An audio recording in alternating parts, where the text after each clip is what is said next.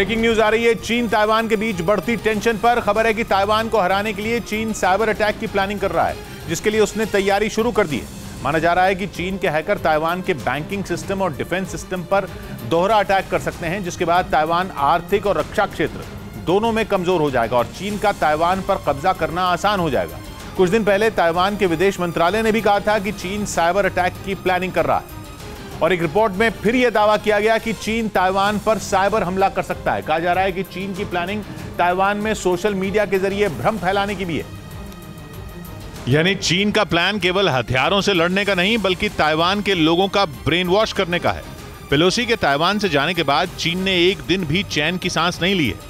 वो लगातार military drill करके ताइवान की नाक में दम कर रहा है। एक दिन भी ऐसा नहीं गुजर रहा जब चीन की तोपें आग न उगल रही हों। यही नहीं, चीन की सेना लगातार अपने सैन्य अभ्यास का वीडियो भी जारी कर रही है। उसने इस बार जो वीडियो जारी किया, ये जेवर के लिए पति के साथ झगड़ा नहीं करती, बल्कि खुद जेवर बनाकर बेचकर महीनों तक लाखों की कमाई करती हैं। आपको भी कमाना है तो फ्रीडम ऐप को अभी डाउनलोड कीजिए। वो पिछले 7 दिन के युद्ध अभ्यास का था, जिसमें चीन की सेना जमीन, आसमान और समंदर तीनों जगह पसीना बहाती नजर आई। पेलोसी के जाने के बाद चीन ने कहा था कि वो 6 अगस्त तक ताइवान के चारों तरफ ड्रिल करेगा, लेकिन 6 अगस्त के बाद भी उसकी तोपें शांत नहीं हुई।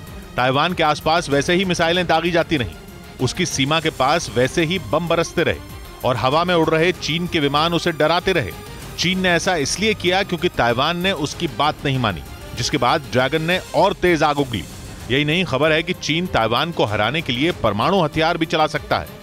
अमेरिका ने तो यह तक दावा कर दिया कि वो शिनजियांग की परमाणु साइट पर परीक्षण की तैयारी कर रहा है, क्योंकि उसे मालूम है कि ताइवान अकेला नहीं है। अमेरिका और जापान जैसे देश तो खुलकर उसका साथ दे रहे हैं। ये बात ड्रैगन को और गुस्सा दिला रही है और शी जिनपिंग खुलकर ये बोल चुके हैं कि ताइवान पर कब्जे के लिए वो साम, दाम, दंड, भेद हर नीति अपनाएंगे। चीन की ताइवान पर साइबर अटैक की प्लानिंग को इसी से जोड़कर देखा जा रहा है। खबर है कि चीन ताइवान पर साइबर अटैक करने का षड्यंत्र रच रहा है, जिसके तहत चीन के हैकर ताइवान के बैंकिंग सिस्टम और डिफेंस सिस्टम पर दोहरा अटैक कर सकते हैं, जिसके बाद ताइवान चीन से लड़ने के काबिल ही नहीं रहेगा, क्योंकि उसकी अर्थव्यवस्था गर्त में जा चुकी होगी, उसका डिफेंस सिस्टम बर्बाद हो चुका होगा।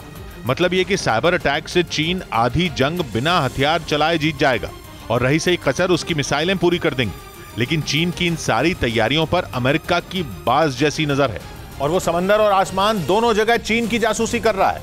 चीन के 7 जासूसी विमान ताइवान पहुंचने की खबर है और उसकी नौसेना के 4 ताकतवर बेड़े साउथ चाइना सी में चक्कर काट रहे हैं, क्योंकि अमेरिका को पता है कि जरा सी लापरवाही दुनिया में एक और जंग करवा देगी।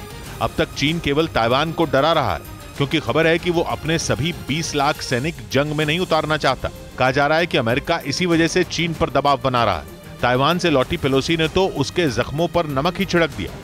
We went there to show our friendship, to say China cannot isolate Taiwan.